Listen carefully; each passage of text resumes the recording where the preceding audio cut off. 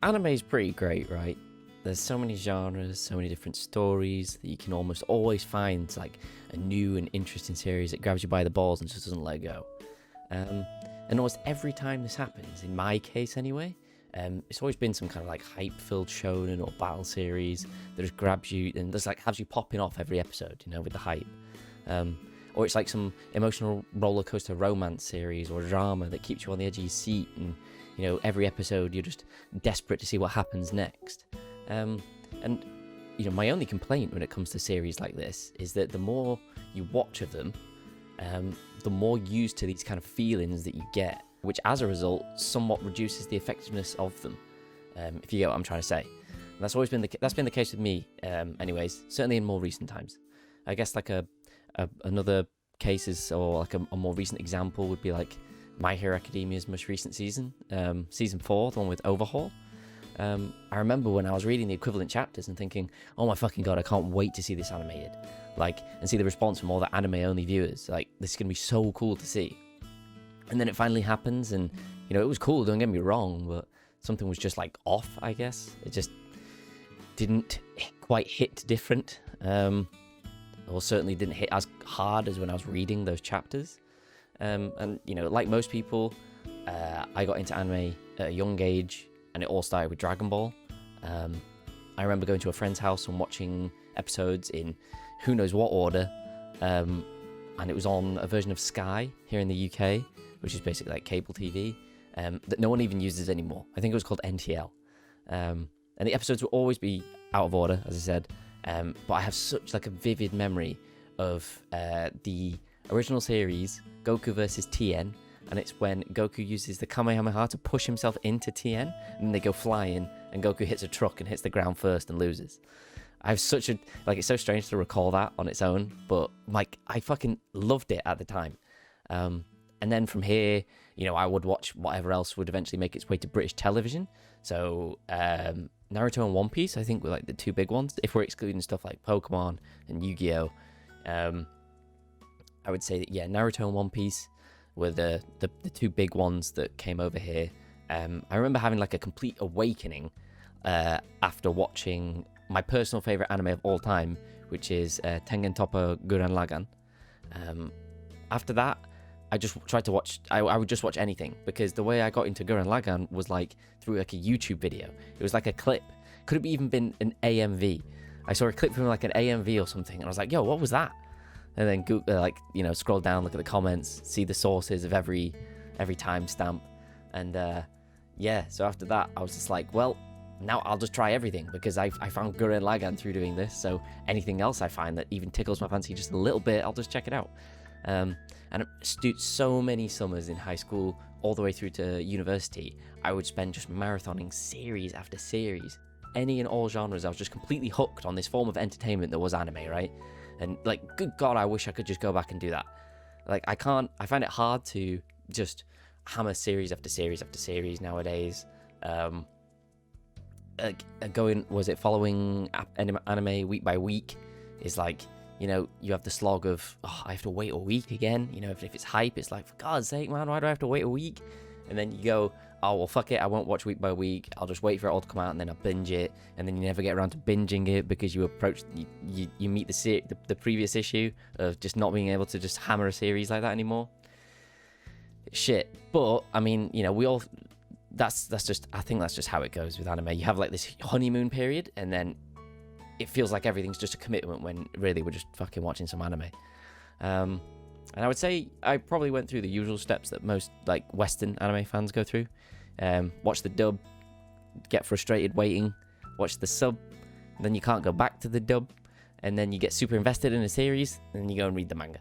That's kind of like the steps of an anime fan, I feel like, from a Western perspective anyway. So I was completely enveloped in this whole world, right? And it was all thanks to essentially the shonen genre, because that's what got me in. But it's not shonen that I actually want to talk about. It's the complete opposite, in fact. It's slice of life. Specifically, a wonderful series called Yuru Camp, or Laid Back Camp. Slice of life as a genre, it's fairly polarizing.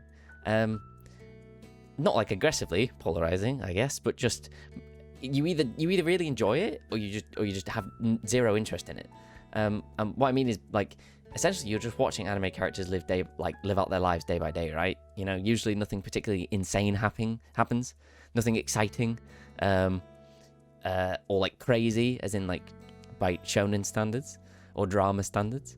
And as someone who grew up like just injecting, you know, the raw adrenaline that is shonen into his veins, I should absolutely hate shows like this. But it was the complete opposite. It was like, fuck that. This is exactly what I was looking for. As I mentioned earlier, all this insane hype from like shonen and then the emotional investment from like romance or drama almost begins to like take this toll on you. I remember putting off series like Violet Evergarden, Anohana for so damn long. And it was all because I had seen other series like those, you know, that tug at your heartstrings and proper play with you emotionally. And I was literally getting anime startup anxiety just thinking about watching them. That is a damn problem, right? I know it's a me problem, but still, you know, we're just watching a cartoon. So it's like, the fact that I was getting that way was just absurd. Demon Slayer is a series that, like, I'm almost certain tons of people got into because of that single episode, right? Yo, dude, you seen episode 19? Greatest anime episode I've ever seen in my life, bro. Greatest series ever made. Anime of the decade. Now, I'm not saying the series is bad. Demon Slayer, I greatly enjoyed Demon Slayer for everything that it was, you know, but it did feel like I was watching a show just to see a hype moment. And to be fair to it, I did go and I've read the entire manga after that. So, you know, it's not like it was just that, but that's what it felt like. It felt like, am I just watching this just to see episode 19? Because previously, before episode 19, it kind of just feels like this typical Ushio and Tora kind of monster of the week, typical shonen formula. And then episode 19 hits, and you're like, oh, okay, wow, that's nice. So, like, why after all of this? Why am I after a calm series like Yuru Camp, right? Well, because it's exact opposite of all those things I've just talked about. You can simply like wrap up, get cozy, and watch this extremely wholesome series about camping in some of the most beautiful areas of Japan, right? You get to follow through the eyes of Nadeshiko, who, her and a character called Rin are kind of like the two main perspectives, I would say, or certainly how I viewed it, of the series. And you get to follow through their experiences, you know. Nadeshiko is a girl who's recently moved to this new prefecture, and you know, she gets to experience the whole world of camping and outdoor activity for the first time, and you get to see her fall in love with like super simple things, making a campfire, making food with your friends, eating something warm while, like, you know, you've got the cold air, and, you know, setting up a tent, finding the perfect place to take a picture of the surrounding landscape. I don't know, man, it's just like watching this series just makes you happy. And I'm someone who got like big into the waifu culture of anime, as I'm sure many people did. You know, it's like every season, every series, you're like, oh damn, dude, she's definitely the best girl. Oh, but this girl, she's tan and she's thick and she's got that ara energy, so she's definitely best girl of the whole season, not just the series. So it's like, you know, I'm ashamed to say that's me. But like, with a series like Yuru Camp, it's just not even a factor. You like, that whole thing is tossed out the window. Like, you don't even think about it. You just enjoy these characters for what they simply are, and, like, you know, the areas of Japan that they get to show you, and it's so cool. You know, it's like a common trope in anime. I know it's not, you know, it's a real life thing in Japan, but after you go to a hot spring or an onsen, you have that cold cup of milk, right? And in anime, usually it just feels like, okay, they're doing that thing. And in this, it's kind of like, it feels like this real cultural traditional thing that makes you want to do it afterwards. You're like, oh shit, that's so cool. You know, and the characters themselves as well, they're not these blown up anime personalities. They feel like normal people. You know, Nadeshiko is a bit of a easily excitable, bubbly character. Rin's a character that just likes peace and quiet of camping alone, but as the series progresses, you get to see her find the joy in camping with friends as well. Other two are like seeing Aoi and Chiaki get like part-time jobs just so that they can continue on and buy camping equipment and go out and do more camping. It's just like super like wholesome, endearing, warm stuff. And I cannot properly get across just how cozy the series is. Like, it just makes you comfortable. And by the time you're done with it, I can almost, like, you almost definitely be a member of the Blanket Society. And if you watch the series, you'll know exactly what the Blanket Society is and why it's just the best thing ever. You know, I still love all of these genres that I grew up on, right?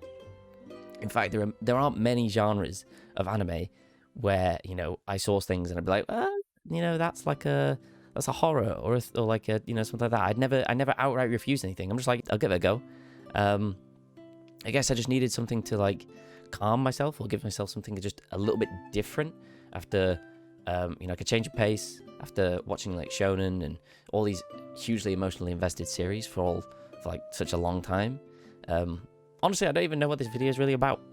I just wanted to chat some shit about anime. I don't know. I guess if there's anything to take away at all from this, it's that just give series a shot. Like, even if you don't think you'll enjoy it or it's not something that you personally would usually be into, you never know. Like, sometimes you need a break to enjoy something completely new and different. And who knows, you may find something like a new love for that thing, while it also rekindles an enjoyment for something that you felt maybe you were fatigued over. Yeah, I don't know, dude. Just like watch anime, watch some chill series. If you don't like slice of life, give some a go. Watch Yuru Camp, man. Anyway, I don't know what I'm doing. Peace.